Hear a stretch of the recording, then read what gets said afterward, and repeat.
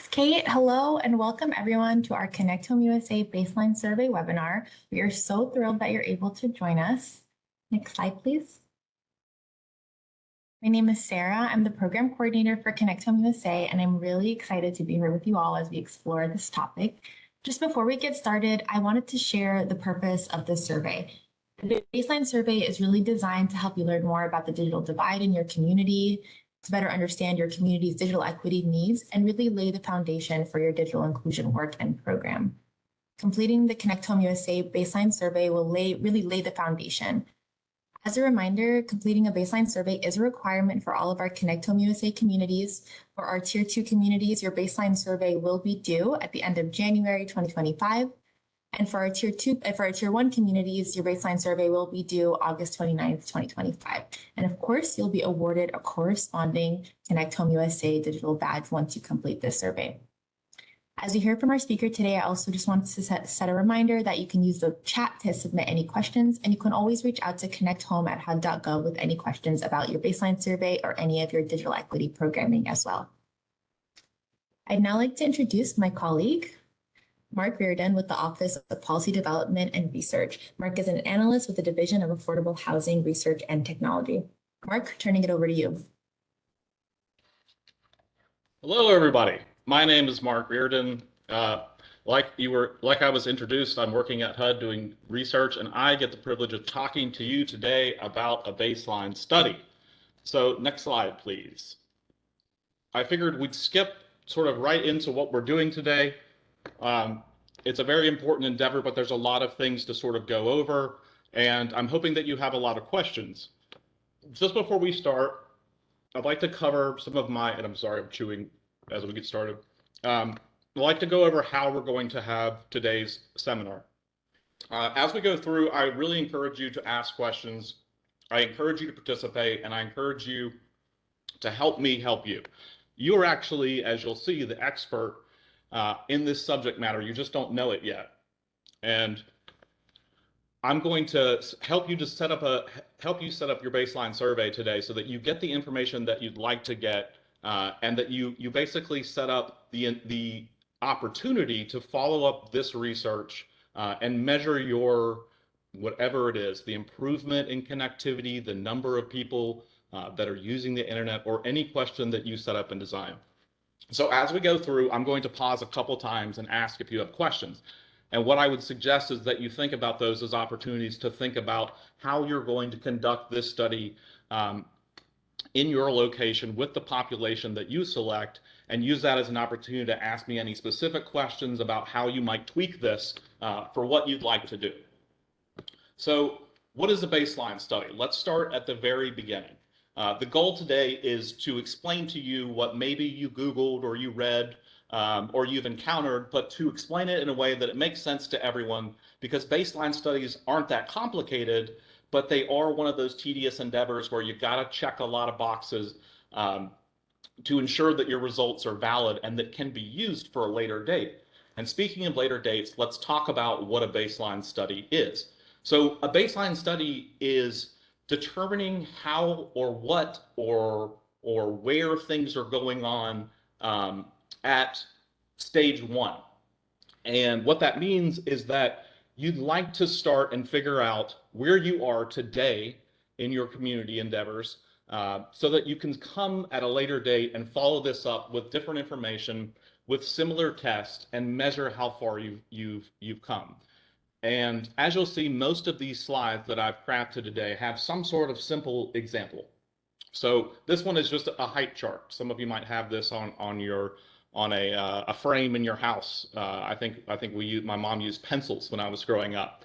But basically, there's no way to tell everybody how much I grew over the summer when I go back to school, unless before the summer someone had marked off how high I was in the grade before.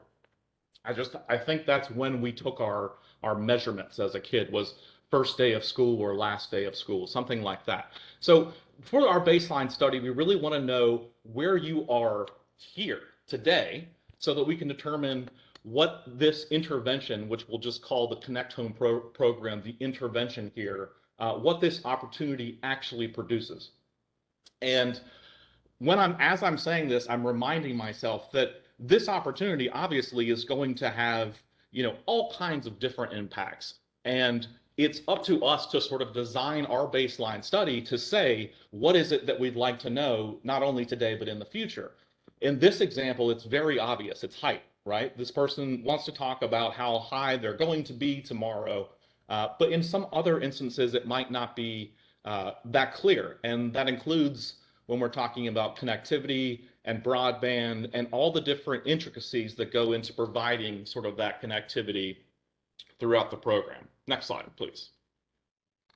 So again, this is the most famous baseline that most of us know. If you don't have the height in your house, the height chart in your house, you possibly have this. And what does this mean? This is something that we've decided, a scale that we're going to judge, using, we're going to say, oh, I lost 5 pounds or I gained 10 pounds. But this is our tool. And so today we're going to design a survey that will be our tool. Obviously, this scale is the tool that most of us have at home, possibly in our bathrooms. And we shouldn't put apples on there, actually. That's much too lightweight. But you get the point, is that we all have baseline things in our lives. We think about this all the time. Another one would be school or education. A lot of us, like to think about how far we've come, where we started. Most of us have to complete a certain level of schooling, but then we get to go on more. And that's why, you hear a lot of people talk about post and secondary education. All right, next slide, please. So here's a couple examples of when we're sort of using baselines in our everyday lives. Obviously, we've done the height over a period of time. We might want to measure the effects of a drug. We would have to know, how long this takes. We maybe perhaps want to know how well people are reading or how far they've come when reading. We'd like to know how many, I think when I was a kid, we did words per minute or reading levels. All of these sort of metrics are based to figure out how well your education, the intervention in that instance, is working, and we're setting those sort of baselines so that we can say, by your 5th grade level, we'd like to see a certain improvement. I think the other example that a lot of us have is some sort of skin cream or acne solution where we want to measure how something started, but let's, to take this another level, we can't say, if someone's skin is absolutely, blemish free, that this acne cream is fantastic if their skin was blemish free already. So coming up with these sort of beginnings and then periodic interventions of measurement sets the table for actually determining how effective something is. And we're going to talk about, in the next couple of slides, a couple complications that sort of make baselines important about the work that we're doing here to set up this initial sort of questions. Next slide, please. So here's a baseline where we're using people every day. Is one of the most complicated, I think, popular ones, again, is the college. Sometimes we don't know exactly what and how people are conducting their baselines. We don't actually always know the questions that they're asking and how they're determining, but we know that it's taking place. And I think that that college is a great example. And the thing that I'm using here is GPA. So when I was in school, a great example is there are always tough teachers, and there are always, I would say, either courses or teachers that are easier.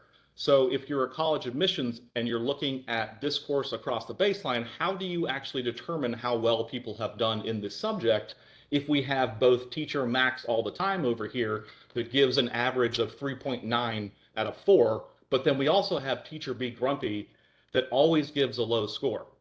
I don't know if anybody else had a particular teacher like this in their life, but there was one course and one teacher that if you got a B in that class, I remember this was a huge deal, and no one ever thought about getting an A. And I remember as a kid thinking, well, yeah, but college people don't know this, or admissions counselors don't know about teacher be grumpy. So how do they know? They just see that I passed this or they passed that.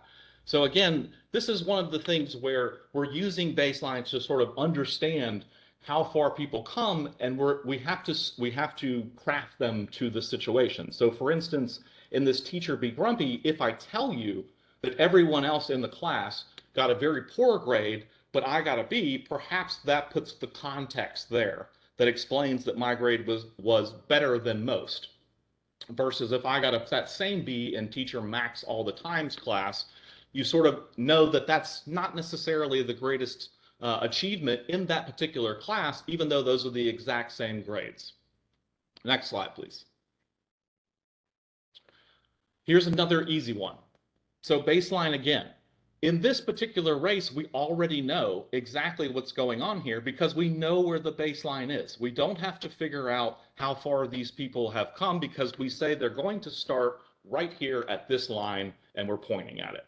But in the second example, in this instance, we're looking at this person. I have no idea if this person has run 5 miles or 50 miles or 500 miles because we don't know where they started. We don't have any baseline. Next slide, please. So it's not always clear what's going on. Here's one of the other probably famous examples that you've now heard about. Here's your typical chip aisle in a grocery store. And people have started talking about shrinkflation. So if we're just using the size of the bag, which is obviously, a very illustrative way of attracting consumers, perhaps we would go for one of these giant bags here. And to some degree, right, the bag does sort of represent how many chips are in the bag. But then if I said, well, what about all the medium-sized bags? What if I just want the most chips ever? Next slide, please. Well, then it gets a little bit more complicated. In fact, specifically, if I was to look at these chips, they have very high concentrations of air in this exact same size bag. So depending on, let's say, the weight of the chip, you might be getting a lot less than you particularly think because the baseline here is hidden. We thought the baseline was obvious, like the starting line. Oh, it's just, the bottom of the bag to the top of the bag, but we didn't know until, I suppose, recently, although we all know when we sort of pop it open, but still, that there's variable amounts of air in here. And I have to think that 70% air is an exaggeration. And I know even though I can't hear you, most of you are saying, oh, no, that's an underestimate because I've totally opened a bag and it poof came up. But this is the idea, is that we have no idea in certain instances. So when we're conducting baseline studies, it's important that we set this initial measurement. We need to know where we're starting because otherwise we might make incorrect assumptions. Okay, these are great illustrative examples. Let's get a little bit more text, I believe, on our next slide, please. So you're going to have this presentation, and I don't enjoy reading to people that I am very sure you're capable of reading. So let's just hit the bold highlights here, and we can discuss these. Establishing the baseline. We talked about how this is point 0 or point 1, however you'd like to talk about it. Another point that I probably forget to mention is that it's always also important to think about, because we're planning, when is it that the second measurement will happen, or the third, or the fourth, and why are we picking those gaps specifically? So there's your gap in terms of identifying different situations, and for number 2, identifying gaps in where we're starting and where we're sort of going given whatever our intervention is. Establishing indicators, number 3. We are picking basically what it is that we're going to measure, and that might vary. So if I say internet connectivity, that might mean a lot of different things to a lot of different people.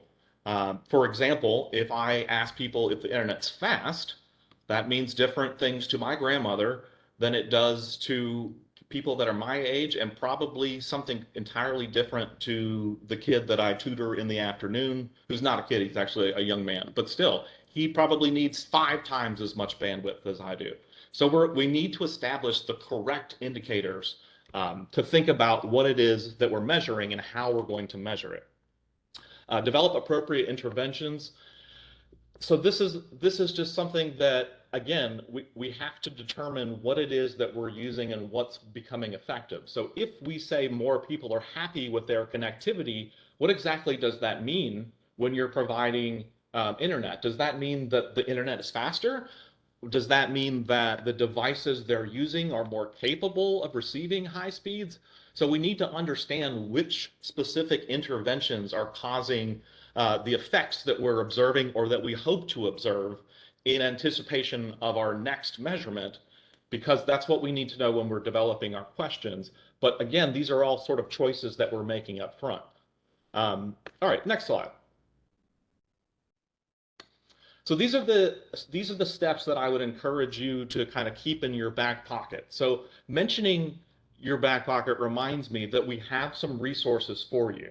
I am going to be one of them because I'm going to be available to answer questions that you might have beyond the scope of this presentation and also after this presentation immediately. There are two handouts that we're going to provide to you today. One is an overview of the steps and some tips for conducting your baseline study, and the second is an Excel spreadsheet that has some tools for analysis. We'll go over it later, but we're going to, I believe, put a link in the chat so that you can access these two documents now, and then we'll have them on the program page or the class page afterwards where you can access these. But if you'd like to go ahead and check those out, feel free to browse as we go along, but they're not needed for right now. But the baseline steps, we just kind of went over this, so I'm not going to spend a lot of time on there, but you're basically defining, again, what it is that you want to study. You're defining how you're going to collect this data, the tools that you're going to use. You're going to collect and then analyze that data. You're going to interpret what that data says, put context around the data. You're going to draw conclusions from the data.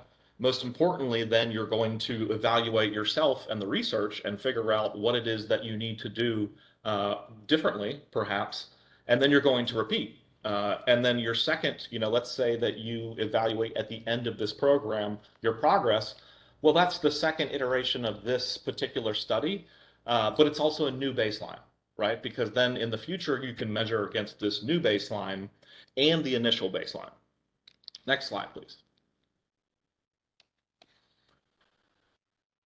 So here we're going through just, again, two different things here is the A and the B and the baseline. So to determine how far between two distances, we're just determining where it is that we're going to start. In this instance, B is going to, let's say B is after your program interventions, and C is what we're going to determine. We're going to figure out this distance. But today we're going to focus on basically A, the design, and then how you're going to collect the data once you design it.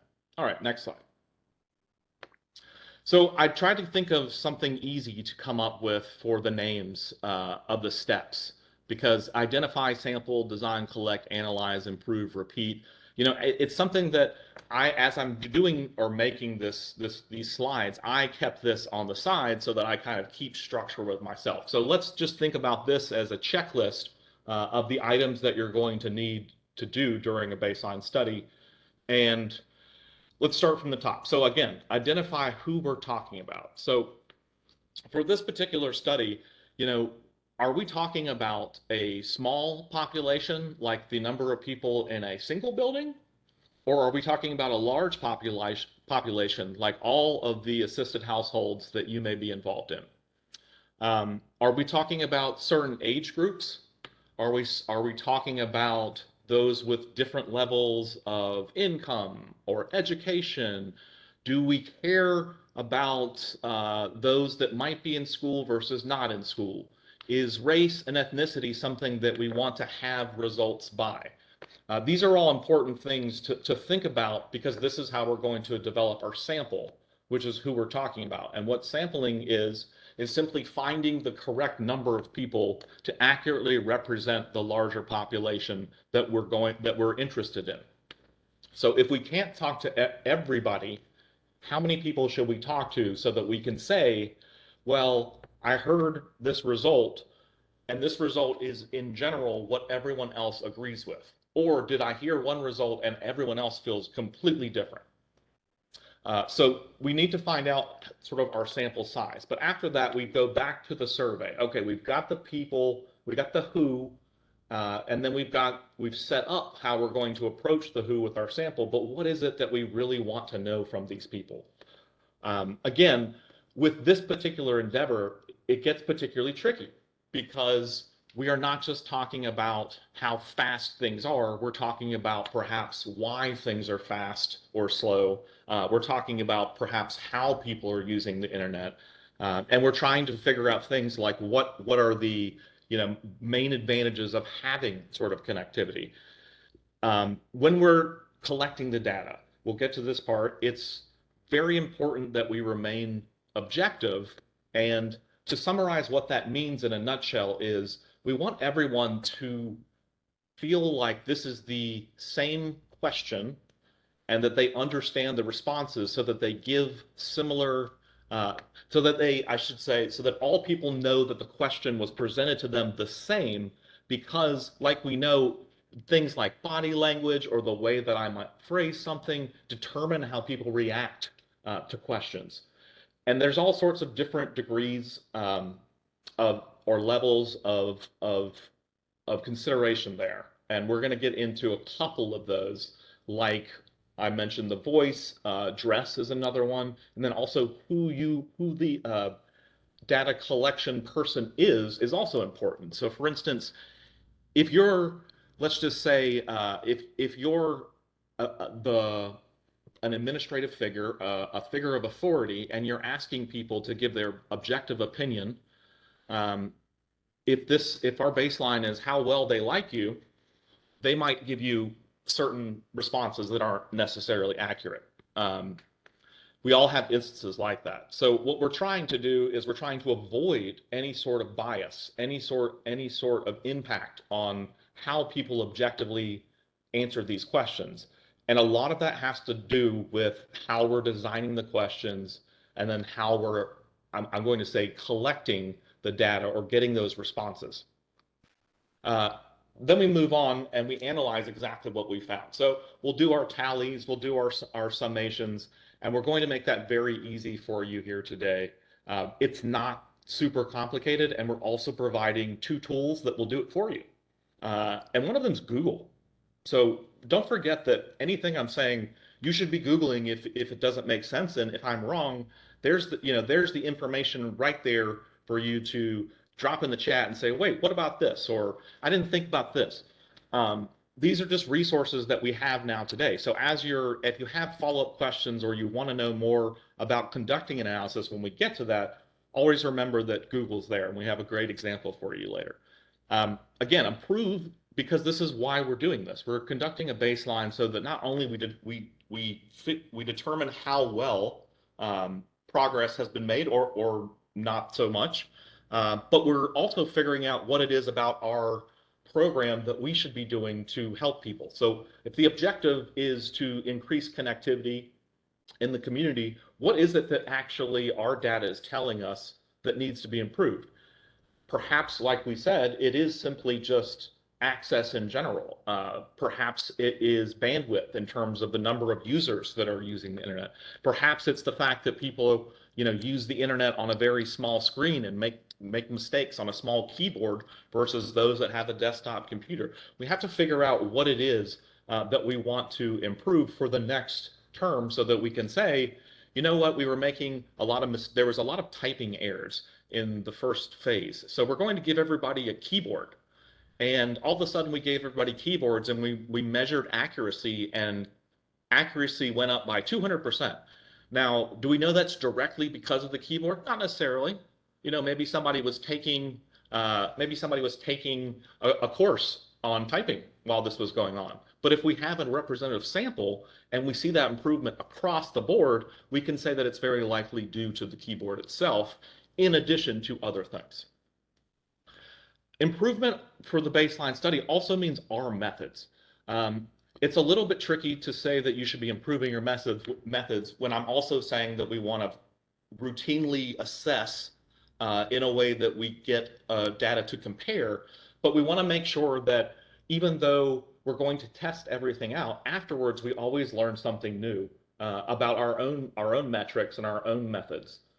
So that's important to improve going forward. And you note that when you're, typing up a report, you might say, we have this result due to A, but now we're going with B. And if we notice a difference, it might be because we switched from A to B kind of thing. And that might be something as simple as doing follow-ups, or perhaps you called everybody on a telephone in 1990 when you did your first baseline, but now you're going to email people. Well, that's an improvement, but that's certainly something that would want to be noted because maybe people respond differently. Maybe you get much more responses or different responses. If you call my house now, the only person that's going to pick up would be my grandmother.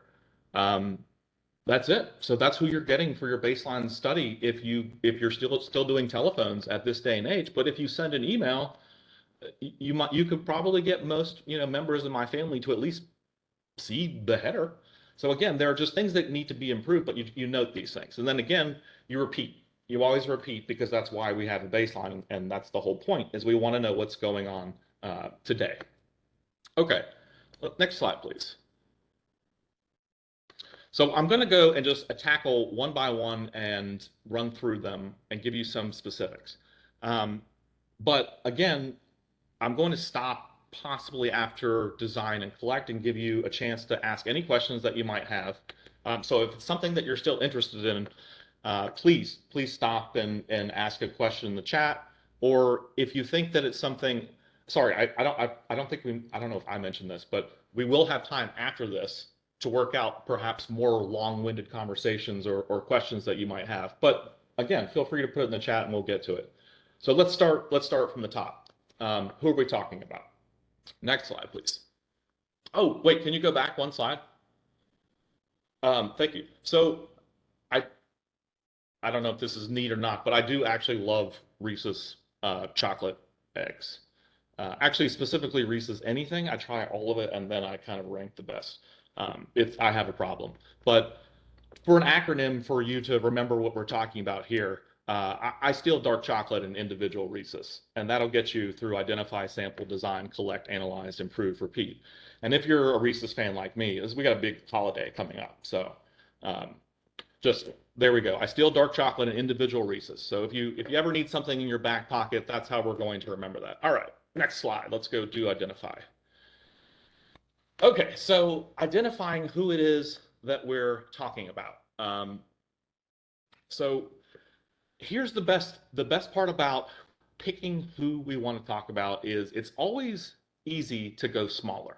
So what I mean by this is, let's say that you initially say, I'd like to talk to everybody, and we develop a sample and we can't get everybody for some reason. Well, when you were developing a sample for everybody or in trying to include everyone, you inevitably got a lot of people. So you're capturing different groups within that large sample. But who are we talking about today? My brother just had a child. Do you want to know about his opinion? He's about a couple weeks old, but he'll tell you about how connectivity is going in his, best way. But I don't think we want to include him in the study. We might want to differentiate between children because some kids are going to school and some aren't. Some are heavy into the internet. Let's say, I think that my 7-year-old nephew is much more, I think, into internet activities that will require more bandwidth, like video chatting if I call him on FaceTime, than the 2-year-old. But they watch things nonetheless. So who exactly are we talking about? We might want to talk about, for instance, when we talk about kids, we might want to talk about school-age children. And we want to think about sort of descriptives like this. So these are the categories that we'll be using. But who are we talking about?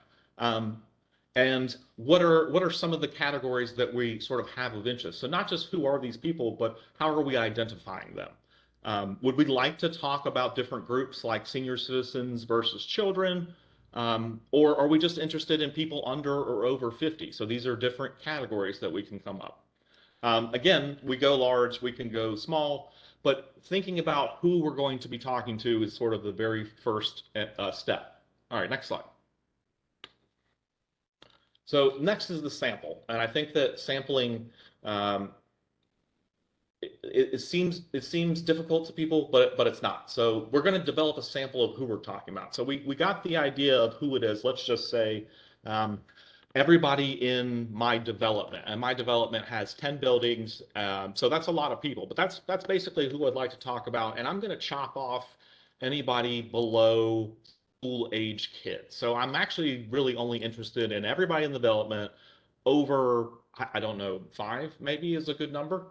Um, and I'm not going to cap it because my grandmother watches things on her iPad all the time and she would be offended. So she's using the internet and at the exact same time. So I don't really have any reason to cap it at the top. But again, you might say, I don't have any reason to cap it at the bottom. But these are things to know because it gives us context. If we see that there's more connectivity, satisfaction in one household, and we look into some of the data that we gathered, if we picked age as a category to gather, we might say, oh, well, look, that's a young household, or perhaps that's a household with only one person versus this other household that reported being very unsatisfied. That's 5 people in that household. And I can understand why things get, oh, I see here that they had 3 school-age children. That sounds like a broadband nightmare, because everybody's fighting for traffic and screen times all the time. So again, this gives us context about the data that we're going to collect because otherwise it's indiscernible from the larger population. Okay, so let's skip on to what a sample is and how we're going to get it. This is the best example that I actually come up with. And I think everybody has this in their household. Fast to my grandma thinks everything's super fast. I think it's because, before we had, I mean, she thinks everything's super fast because fast to her used to be mail that came within a week. And we have email now. This I would be mind blown as well. So everything is super fast to grandma. Um, but another part to think about when we're thinking about groups within our sample is who individually we're looking at in terms of their taste or their preferences. Now, for instance, at the bottom, if we were setting up a baseline study to determine how well Coke has improved on their new flavor, or how popular a new version of Pepsi is, we probably want to ask people beforehand if they were a Coke or a Pepsi person, because that would influence our results tremendously. But in that specific example, we thought, oh yeah, we're testing new Cokes. It makes sense to ask if people are into Coke or into Pepsi for this example. So for our broadband example, what does it make sense to ask people to avoid having a bias?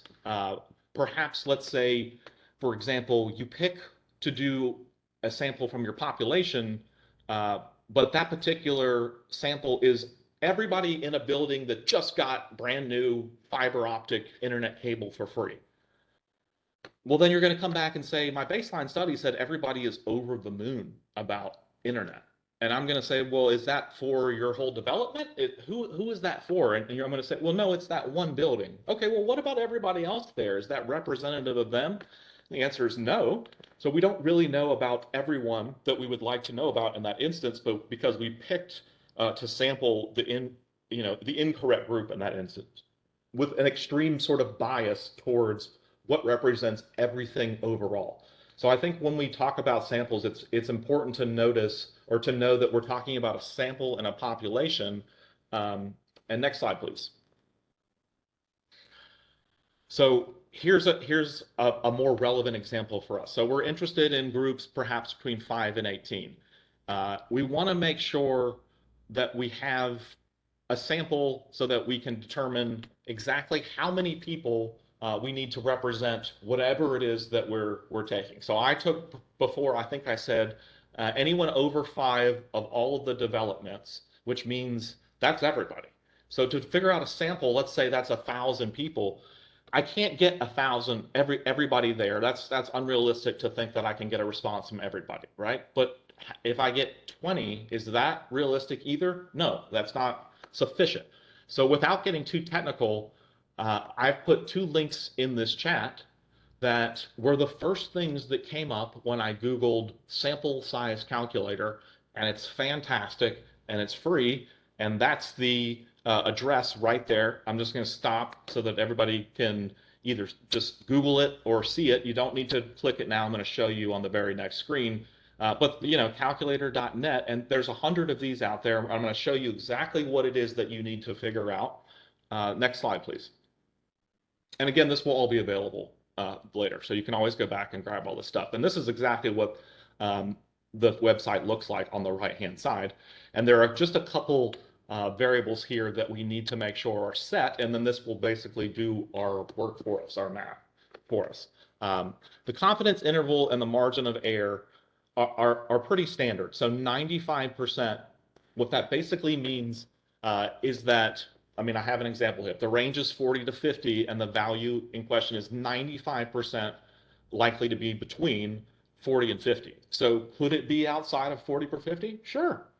What's the degree that it could? Well, it's about 5%, but I'm 95% sure it's going to be between 40 and 50. So think of it, your confidence interval as, I like to just think of it as somebody standing up and saying, hey, I know that Reese's are the best, chocolate ever. And somebody says, well, have you tried every one of them? And you say, oh, okay. I'm 95% certain that Reese's is the best chocolate everywhere, right? But what are you really saying is that I'm 95% confident that the intervals that I've set here are the margins between where the answer lies. So these are just standard. Obviously, this has to add up to 100%. So if you have a confidence interval of 95, you're going to have a margin of error of 50%. We don't need to use population proportion, but if it's there, just put 50% in there. And you just hit calculate. So let's go to the next slide here. We just talked about margin of error being the percentage that you think. Okay, let's keep going. Sample size for this one is 58 people. And this says that 58 measurements are needed to have a confidence level where you can say that 95% is representative of this population. So basically, the values that you're giving me when I say, oh, is this of your whole development? And you say, actually, yes, for the whole development, this represents 95% of those people. So I'm very accurate, or I'm very confident that when I give you the answers that I found out, that this represents my population that I'm talking about. So even though Joe might feel one way and Sally feels completely different, I've sampled enough people that I can tell you what the overall, attitude is. What's the most famous example we have of sampling people? Probably politics, if not sports, right? You don't go to a Washington Commanders game and ask people how much they like another team. That's a terrible, idea. So once we have a sample size number, we know exactly how many people we need to talk to that we're aiming for when we administer our survey. So again, just use the calculator. You put your population size, however many people that is. If I'm doing the development of 5 or over 5 of all my buildings, that should be thousands of people. Let's do the next slide.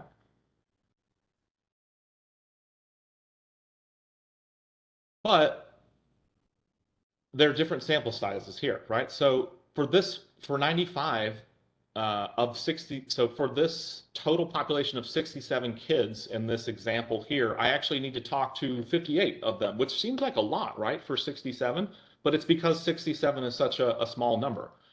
If there were only 10 people that determined the answer to something, we definitely want to talk to all 10 of them. It wouldn't be fair for us to make any other observation without talking to everyone. But if the number is 1,000, or as in below, if it's 234, well, then 146 is sufficient. And again, without getting too technical, it's easy just to use one of these calculators to figure this out. And this will tell you exactly sort of what sample that you want. Okay, let's keep going. All right, let's talk about designing the survey. I'm going to go quickly through. No, I'm not. I'm lying. We're going to take our time here. There's a couple of slides that I'm going to stop and I'm going to allow questions for here. So when we're designing a survey, we got to think about what we know. We've determined who we're talking to, so what is it that we'd like to know? We already discussed what connectivity might mean to other people. but we're really after determining the variables that we're interested in measuring here. So before with the height thing, we knew it was height. Well, when we were racing, we knew we wanted to measure from this to this and how quickly someone would get from A to B. What is it that we'd like to know about the Connect Home program? I went over your playbook. The Connect Home playbook seems like an awesome resource that has most of what I'm saying. I even copied some of it, I think. So I would encourage you to review that in terms of some of the questions that you might be interested in asking. There's some great advice there, but let's go on to the next couple slides and talk about a couple here. Before you start exactly what those questions are, you should also think about the tool that you're going to use. It just helps structure sort of how we're going to be unfolding these questions. Here are some of the most popular ways of, I'm going to say, collecting data. You can do a survey, right? You can call people, you can hand them flyers, you could do an online survey where you send links. You can also do a variety of these, right? You can do combinations of these. It doesn't all have to be the same method. You're at this point, you're trying to reach people. Let's put it this way: you're trying to reach people in the best way that for them, right? So if someone prefers writing down, why would we make them do something that they don't want to do? That's going to influence our answers. Okay, interviews. Perhaps in-person interviews is a terrible idea if you're the head honcho and everybody's scared of you. You wouldn't want to do in-person interviews, but that's an option. You could do virtual, you could call people, you could do Teams calls. These are all different things. I had someone recently do a focus group discussion where they gathered a smaller portion of people, but a focus group isn't necessarily representative, so that's a little bit more difficult. But again, you can combine some of these to get some of the responses that you want. What we're trying to do is we're trying to create a variety of methods that makes it easiest for most people. And what we're going to do is put the same questions in the same order on all of these things. Because although we might be using different methods, we always want to ensure that our questions are the same so that we're not getting different responses from people because of our own methods or our own tools. So when you're selecting a tool, I would keep in mind that you want to make it convenient and you want to avoid that bias. Okay, next slide. My number one piece of advice when selecting questions is make it easy on yourself, okay? Once you identify the what, so I'm doing a study now where I'm talking about internet adoption, internet literacy, the frequency of use, but what does that actually mean? Well, sometimes I'm talking about uploads and download speeds. Sometimes I'm talking about digital literacy skills that maybe that's determined by some quick test. In some places, I might say to people, can everybody go to this website and just do a speed test? And that's my what. I want a speed, I want an upload and download speed. But I also might want to know things about how people are using the internet, what methods they're using or devices they're using, because there's a lot of different info related to the Connect Home endeavor and what you're trying to improve. And we know, precisely what it is that we want people to be, I would say, using in terms of tools, but we don't exactly know the specific things that they're doing or what can be measured for improvement here. So it's in a sense easier to go larger and refine. But if you look at all of these different types of questions that I've designed here, I'm making it very easy on myself. So for instance, if I'm using scales, I've got 1, 2, 3, 4, 5 there, and a very easy thing for people to read and understand. For selections, it's the same sort of thing. It's very clear and delineated between the different selections. Categories gives people something on the right. It gives them an idea, okay, so less than an hour seems to be on one extreme, more than 6 hours, and then it gives you an idea for people to not have to, let's say you ask, how often are you watching videos? Oh, I watched 6 YouTube videos and that's 20. No, you make it easy by saying about 1 to 2 hours so they don't need to pinpoint that exact amount of time, because in a sense, we don't really want to know exactly how many YouTube videos we want. We just want to know how long they're engaged in something. So again, using the hours in this instance would make sense. And then sometimes it's just easier to use an open-ended question, which again is sort of the hardest way for you to follow up on. So if, for instance, you ask me, how do I feel about the internet, and you just leave a giant blank thing, well, everybody's going to write different things, and it's going to be all over the place, right? So it's not helpful, but you can also write something like, how many people are in your household? And I could write 6 right here. That could be easy. You could write, you could switch that into a categorical question below and say, how many people are in your household? And it could be, none, 1 to 2, 2 to 4, 4 to 6, however you feel is easiest for you. And I think that if you use this where when I get done, you go back and you look at this, you'll see why it's important to sort of set this up for yourself so that it's easy. All right, let's go to the next one. Okay, so these are actually from the playbook, but they're just parts of designing each question that you want to make sure are very clear and easy for people to select. So there are some complications here that I know people deal with internet connectivity and the difference between cell phones.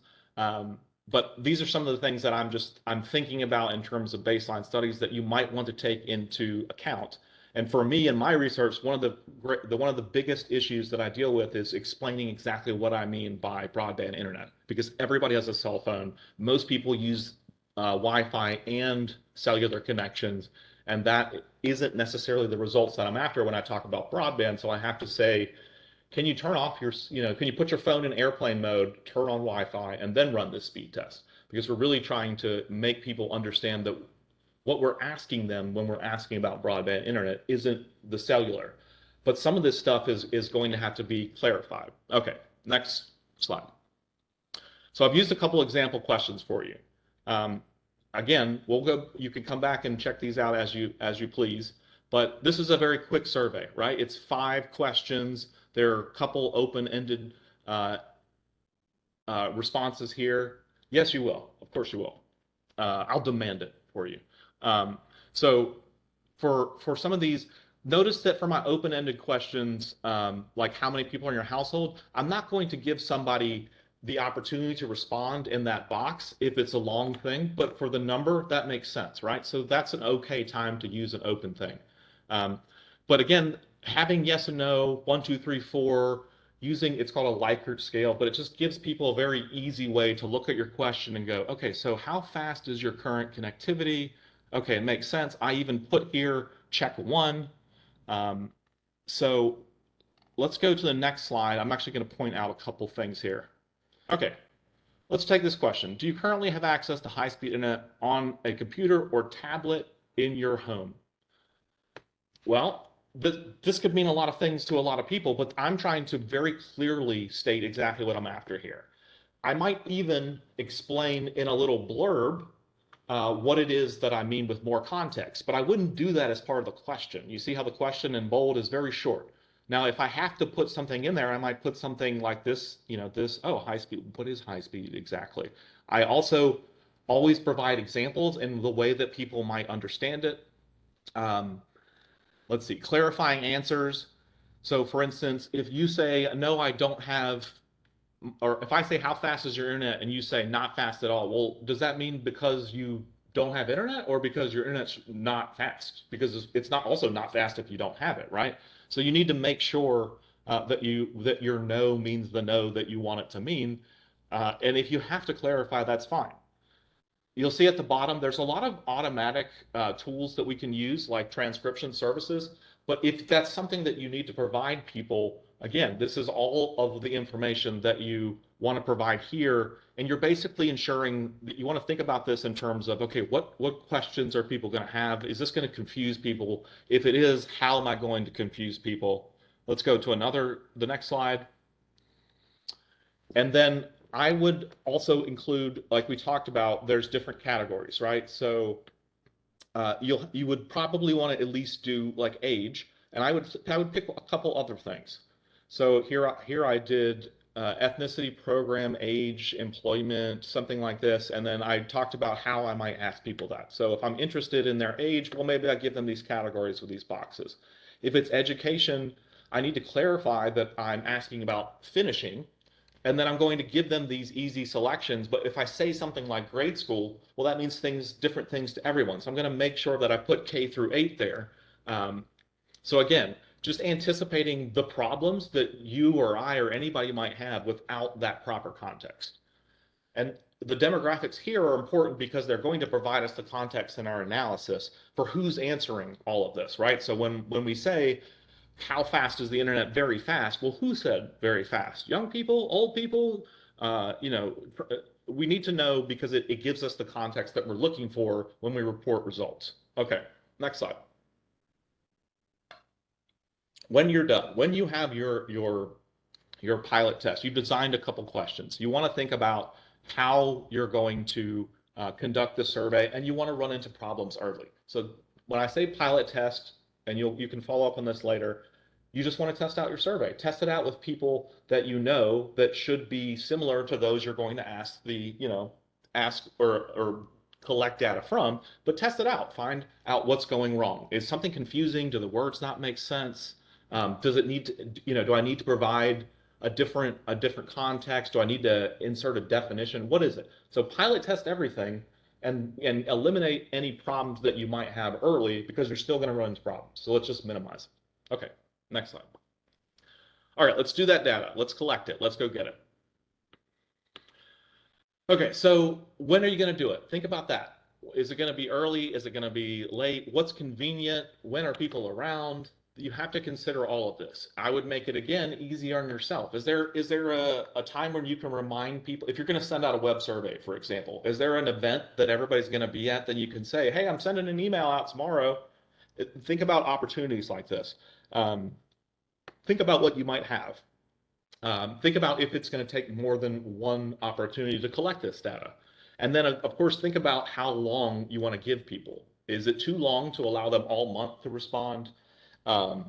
Or should you give people more time? Should you say we're having the survey open for a week? Next slide.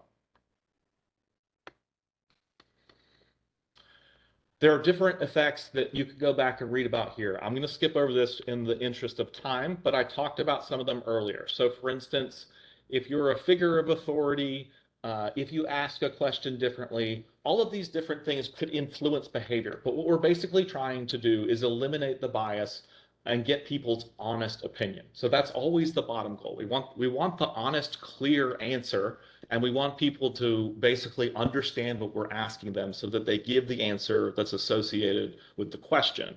And you can go back and avoid a couple things there. This is the same thing. In different terms, the previous slide is just explaining things like your dress, your environment, who you are. So there are just different cues or body language or whatever it might be that will influence things that you'll need to keep in mind. Next slide. Language is a big one. Repeating is fine. Confirming answers. Whatever needs to be done to make sure you're getting accurate information. Next slide. Make sure that when you're recording answers, you have a backup. Is somebody taping your interview? Are you making sure that when you collect things on a checklist, that paper is, not going to disappear the next day? I would always keep backups, and it's easier to clarify or to ask a follow-up question if necessary right then when you're collecting the data. It's harder to go back and say, oh, we didn't understand, what you really meant by this answer. So if you need to follow up then when you're collecting the data, because you can do it later, but you might get a different response. Next slide. Okay, analyze. So we're getting sort of to the top of the hour, and it's actually, we're kind of close to the end, but I'm going to take my time here. Now, I sent you an Excel book. The Excel book is going to help you because you can plug and play. And if you want to open it up while I'm talking, feel free. But I'm also going to show you a couple slides. So let's talk about analysis. So you went and you got this data. You recorded it. Maybe you used iPads. Maybe you used sheets of paper. But you've tallied it all up.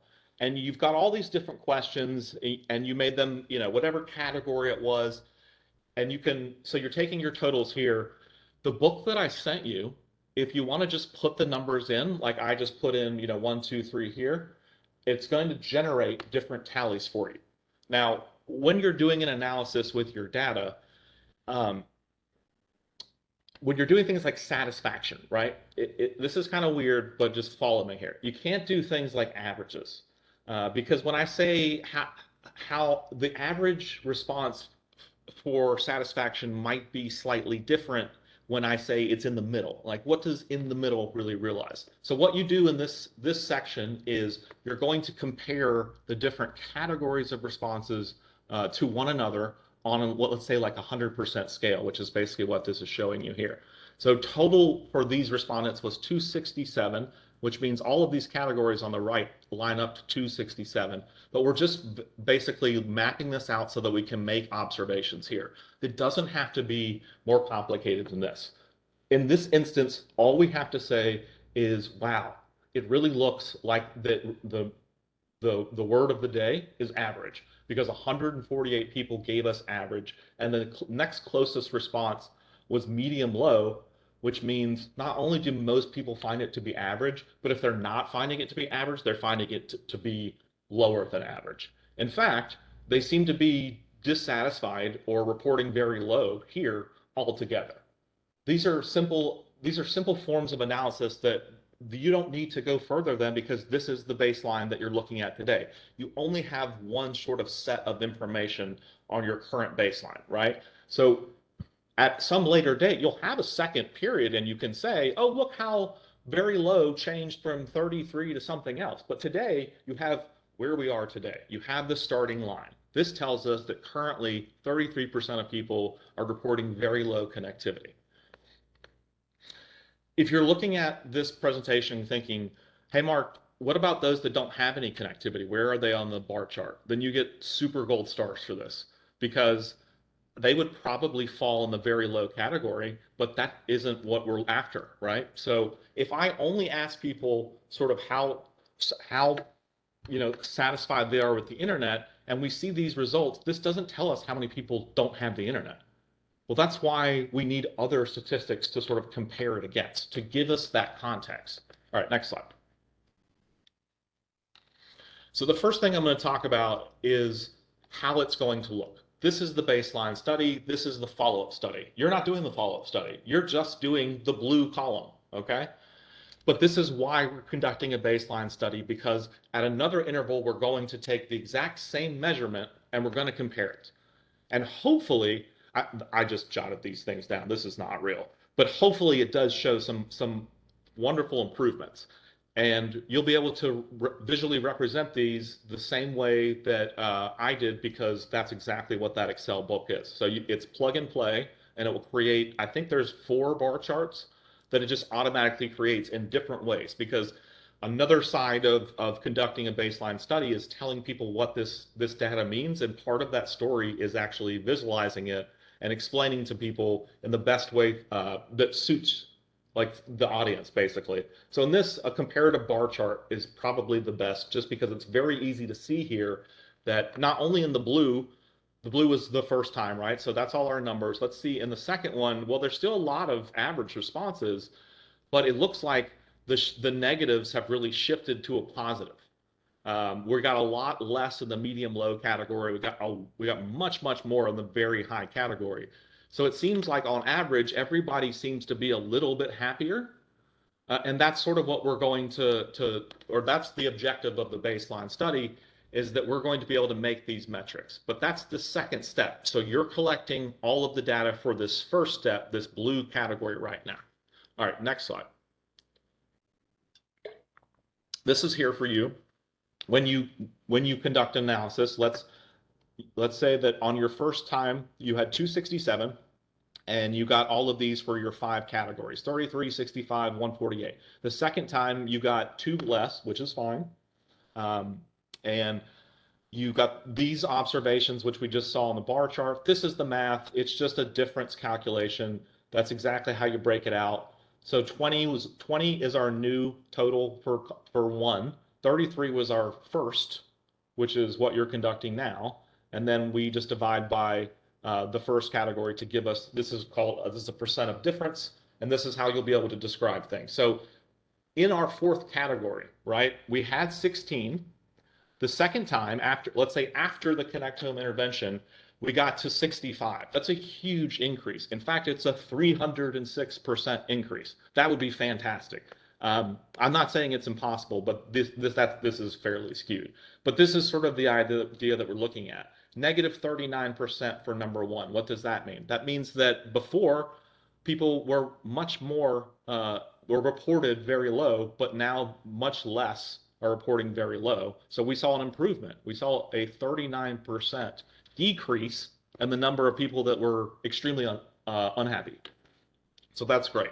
So these are the sort of calculations that you'll be doing. Again, the bar chart is going to do it for you. In fact, next slide, I already have. It looks like this. It's in the bar chart. This is that exact analysis that I just showed you. Next slide. And now we get on to the cool part. So some of the different parts, so we've talked about something like speed or how satisfied you are, but we're going to give it context, and we're going to give it context using those demographics that we selected earlier.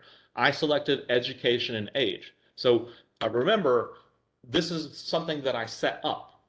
So if you're interested in breaking your results out like this, you'll have to collect age and education. But your responses will actually be coded like this. So for instance, in number one, very low category in the blue, there were 33. But what was that 33 that were very low? Well, now we see the different age ranges of those 33. And that gives us another, layer of context to interpret this result. It also gives us a layer when we compare it later. But again, this is like more of a breakout. So when you tally the results, you see that you got a very low score. Okay, who did that very low score come from? That came from a male. The male was 18 to 30. So you're going to develop this table that's now in the Excel spreadsheet for you. So you could just copy and paste. And you're going to come up with these totals. There's a check column because 267 was the total number of participants that I told you were in the sample. So obviously all of your answers are always going to add up to 267 if you've got everybody to reply to these questions. So you check them. So for instance, let's go to the next slide just because you're going to see what this looks like graphically, okay? So the same sort of graphics for education, for age. Here it breaks out the lows and the very lows. So again, this is how you can present the data to tell more of the story, and it's in the Excel sheet. But what does this tell us? Let's look at this. All right, let's look at the 0 to 18. That means the kids that are in school are by majority reporting average. They're not very happy. There's very few in the very high category. It seems like they're fairly in the lower to the medium category. But what this chart actually shows us is that it actually seems like the same number of people in the low category, in the orange category, it's about consistent throughout all of these ages. So people are reporting low scores, and it's not just young kids, and it's not just old people. It's not anything. It's the same among all of these groups. So all of the low scores were across the board. Where if we go back to our grandmother example, in the 65 and plus category, we might see a giant blue column because everybody's grandmother said that this was the fastest internet in the world. Well, then that gives us that information where we can say, oh, we see exactly why we got such high scores in that area. It's because Mark's grandmother was in the study, or however many grandmothers you have, or whatever it is. Maybe it's young people that are unhappy with the YouTube. Maybe it's teenagers trying to do schoolwork. I'm in the 31 to 45 age range. I don't know what I do. But anyway, it gives you the context to your internet data. Next slide. Again, this is the exact same in a different context. This was the education one, right? So of the average, what were these education levels? What does this actually tell us? So if there was a story here, for instance, in the very high category, it looks like all education levels are basically saying that this is that they were happy. There's no level that's missing in the very high category. Whereas in the average category, it looks like the most of those people that were answering are in the some education or in the college educated. So what does this tell us about our data? Well, we don't necessarily know. This is just telling us what the breakout and the scores are, and that's what will set the stage for the second set of a baseline study, is that we can keep going further and further down to determining what it is that's influencing these scores by collecting this sort of data and looking at responses and saying, in the very low category, we happen to have a lot of young people, a lot of old people. In the very low category, we happen to have X. And so maybe next time when we have when we provide something, maybe we look at that population and say, what is it that's really making the internet or making your experience with internet connectivity so low? And we talk to that group. And maybe that's one age group, maybe that's people that are employed or not employed, whatever it is, it gives you an idea of where your results are and helps you tell that next story. Okay, that's all for quantitative data, 1, 2, 3, 4, 5. But what if you really wanted to know how people feel and you had a focus group where you talk to different people or you ask them open-ended responses? Well, that's a little bit more tricky because you don't have the simplicity of saying, I collected 44 ones and 55 twos.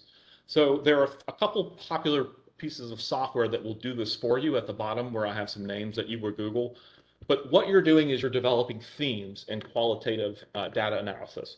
Now, if this is something that you particularly want to know more about or get into, I'm more than happy to follow up with you outside of this, because there's a lot of integral things for analyzing sort of qualitative feedback. But in the main ways are themes and keywords, and then overall sentiment. So perhaps you say, I kept talking to people about connectivity and they just kept mentioning that that every video stutters. Okay, so that's a current theme. And then in your analysis, you might say, okay, so stuttering video, that's probably attributed to low download speeds, but they're just telling me that this is a general theme that keeps reoccurring. So when you report your results, you would say respondents keep mentioning that, video or streaming in general is slow. Respondents in the very low category, might have said that this is the reason why they gave this score. So going back and developing themes can help you when you're just listening to conversations. If you have these sort of responses, whether it's a written open-ended response or if you actually talk to someone and conducted an interview, developing sort of these patterns of the keywords or themes is how you bring those results to light. And it's not, I would say it's a little less firm analytically, right, than the qualitative results. But often what we find is that this provides integral context to some of that quantitative data that we're looking at and gives us a better insight into what it is that caused respondents to answer a certain way, or perhaps gives us feedback into our own interview methods. But it gives us more I would say, opportunities to understand the data that we've collected. And again, there's different levels of how far you can go into this analysis. All right, next slide. So this is the wrap up here. You're going to improve and you're going to draw conclusions. You've got all this data, it's telling you something, but what exactly should we do about this? And there's three sort of issues here that I'm talking about. Is it a program issue? Is there something that was wrong with the program that we can report that needs to be improved? Is it the operation? Is the program, like, let's say, well, the idea is fine of providing connectivity opportunities, but the way that the way that we were told to implement it was a problem. So perhaps people will say, well, you gave us devices, but we didn't get better internet until the end, and we would have preferred internet first and devices second. Is it the way that you're implementing your intervention, whatever it is? And then also, what about your own data collection? So with your recommendations implementation, what is it that you should have done differently that could get you better responses that are a little bit better? And then what is next? Well, that's repeating. Next slide, please. We're going to put those changes in, we're going to document them, and we're going to continue. So what this actually means is you should be talking to everyone about what's going on, but you need to think about what happened during that particular time. So let's say you measured your baseline today or in 2020 and your next baseline's in 2025. Well, obviously COVID is a big deal, right? So you need to be thinking about when is it that you're going to do a follow-up study what are the larger issues that might impact sort of a comparison, and what's the proper time to do this? Was there a change in the program? Is there, a different operating manual that you use? And that needs to be clarified, because if you get to different results, there's a lot of things that you should take into context when considering what changes those results. And then lastly, you want to share everything. Everybody here is conducting a baseline study. I'm doing research as well. So there's a lot of things that you can share in terms of how the program's working, what can be improved, how we can conduct or design our baseline studies differently, the challenges of implementing this. These are the tools that we're going to, a baseline study is the tool that we're going to use to sort of measure how well this program intervention is occurring. And we have the data now to say, well, people are reporting something, and based on my data, I think that this might be a solution, and we can measure it because I'm going to create a second baseline. So we're at 3:15, which only gives you about 15 minutes to discuss this.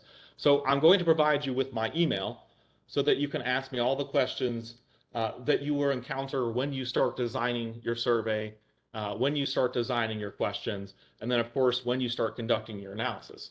I've gone pretty fast today, but again, you have resources that we're going to load into the page. You've got this WebEx that will be recorded, and you have my contact information. So we're going to open it up now and see if anybody has sort of any questions on the drive-by broadband study presentation that I just did.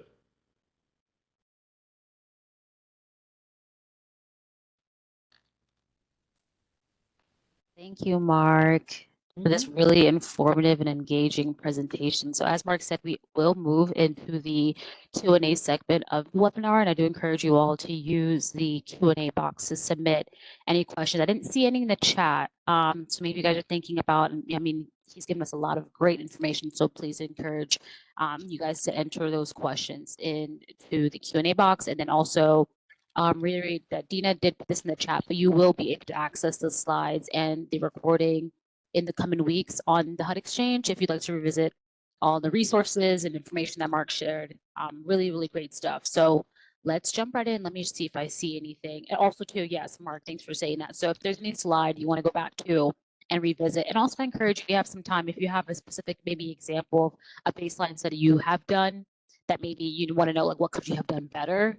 I'm sure Mark would love to get into ways that you can improve on the studies that you guys may have done. So thank you.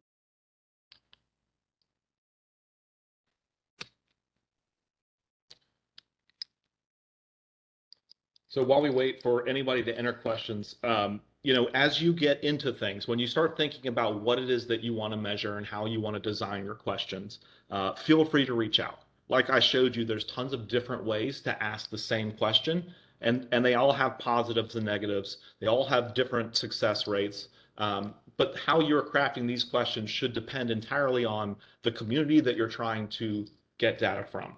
You want to make everything, again, as accessible to anyone, whether that's a language issue, whether that's any barrier, you're trying to get that objective data from people. And so question design comes in terms of simplicity, in terms of clarification.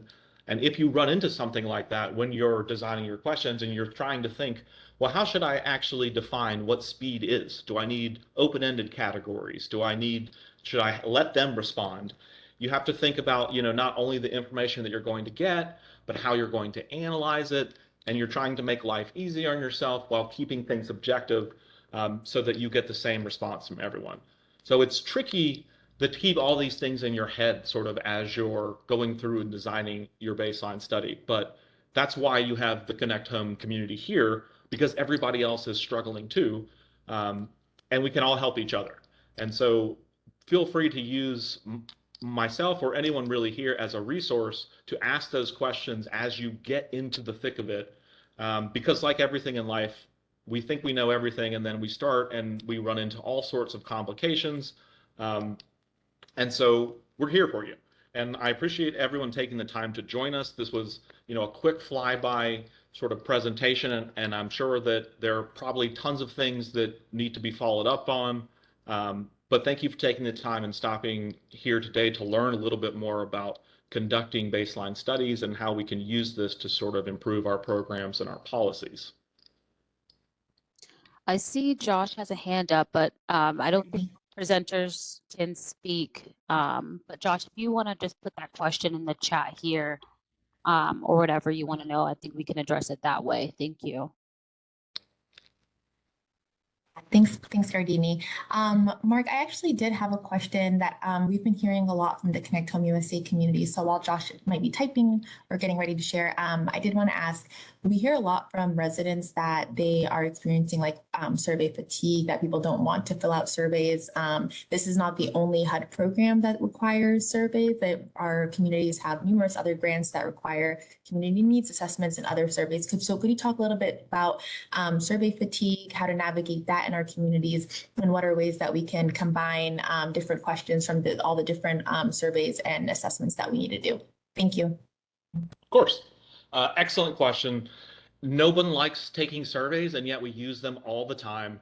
And of course, the simple answer is you just pay people, right? But we can't, because it's just too hard to entice everybody and say, I have gift cards. Now, in some of our smaller studies, we're actually able to offer them some sort of incentive. But again, it doesn't have to be monetary, right? There's lots of things that you could offer for people that participate, whether that's just your time. But how I would approach it, there's two parts here. The first thing is that it's important that people understand what you're doing and why you're doing it, because you need to get that buy-in from them, or they're not going to give you the objective answers that you're after, or they're going to say, this is like every other time that I've been asked to do a silly survey and I'm really getting tired of it, and I'm going to, lackadaisically answer things. So first, explain why you're doing it. Explain how this is related to the program that you're operating and how you really hope that this is going to give you answers that are going to improve the program. Explain the direct benefits to the person that you're collecting the data from. Engage them. Tell them that we need their help, that we don't know and we're coming to them. Please help us. And then lastly, if they're running into tons of different surveys, it's on you as the researcher to eliminate redundancies in these surveys. Don't ask questions where you've already asked that question before. Look at those other surveys and make sure you're asking unique questions or even follow-up questions, so that people don't get the sense that it's just the same old thing, because they are asked for surveys all the time.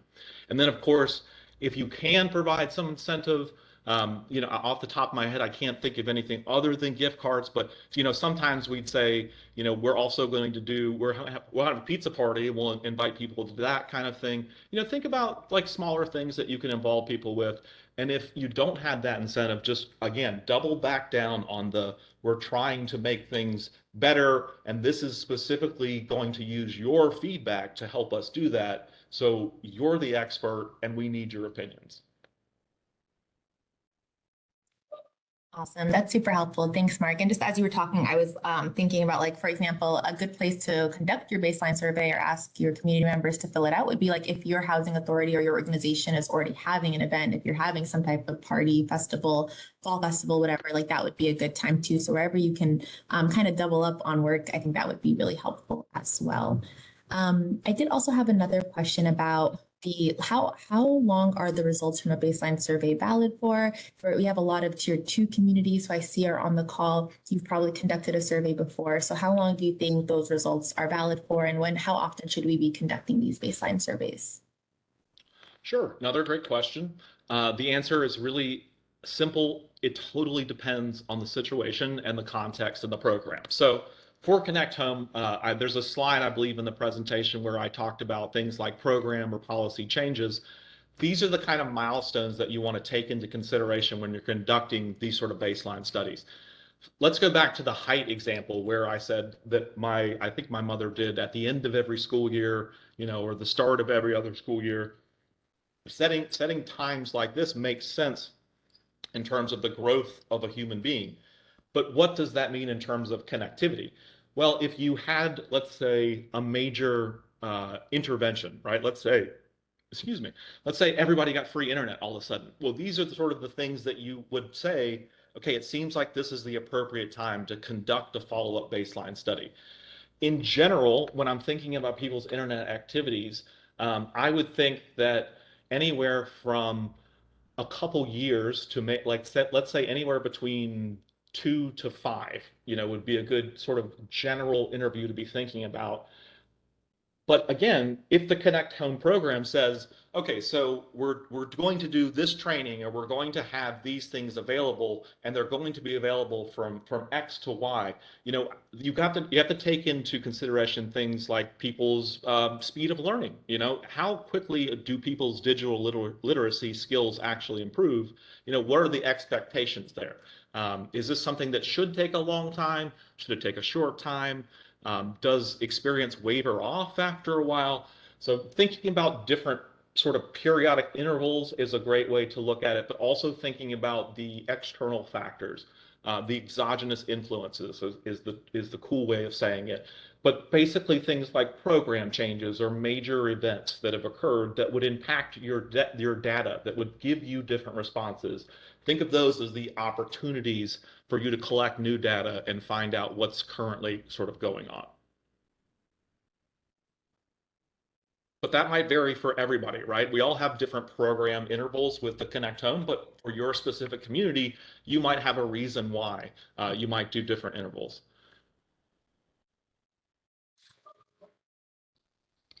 Super helpful. Thanks, Mark. And then I did have one last question. In one of your slides, you mentioned that, like, if you had a 95% confidence level, like that would be ideal. If you have less than 95% responses, does that mean your survey is not quality, or is there a range that we could kind of think through in terms of collecting responses? So in general, to say that something is, so the easy answer is that 95 is the accepted standard, and that's on the low end. So it actually goes 95, 97.5, and like 99.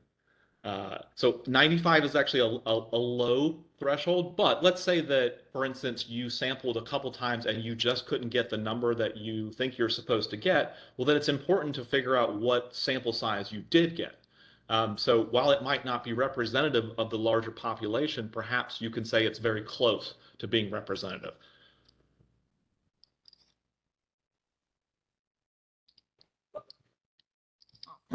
Thanks, Mark. Appreciate it. I'll pause there if there are any other questions or any thoughts folks have, and you want to put them in the Q&A.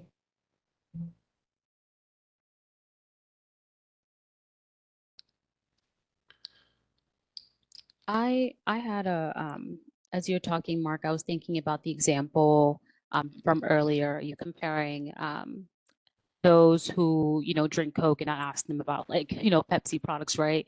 So that kind of led me to, and I don't know if anyone's wondering this too, but like, how do you handle potential biases that come up in a survey? Like, how do you suppose that people can go about that? So, great question. So there are a couple ways that you can sort of reduce or eliminate them, but as a researcher, you also want to document.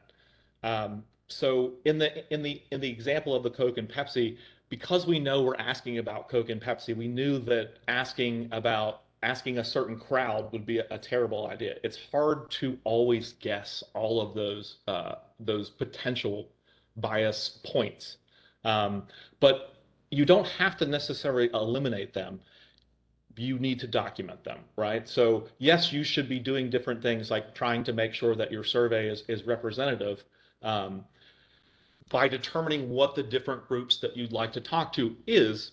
Just like we said, okay, we like to talk to Coke people about Coke improvement.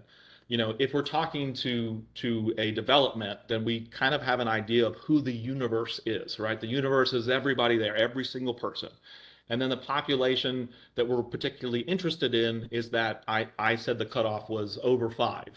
And then the sample is, whatever the number was that gave us the 95% confidence interval, 42 or 167 or whatever that might be. And then I work from there and think, what might these potential biases be?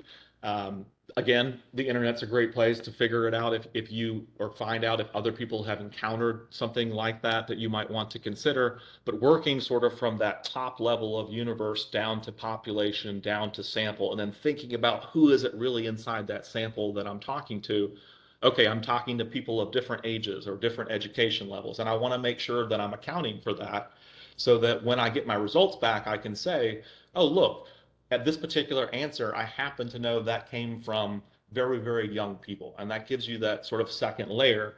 But as you're sort of thinking through what it is that you want your survey, the different types of data that you're collecting and who it is that you're collecting it from, hopefully you're sort of able to anticipate some of the biases that might come out.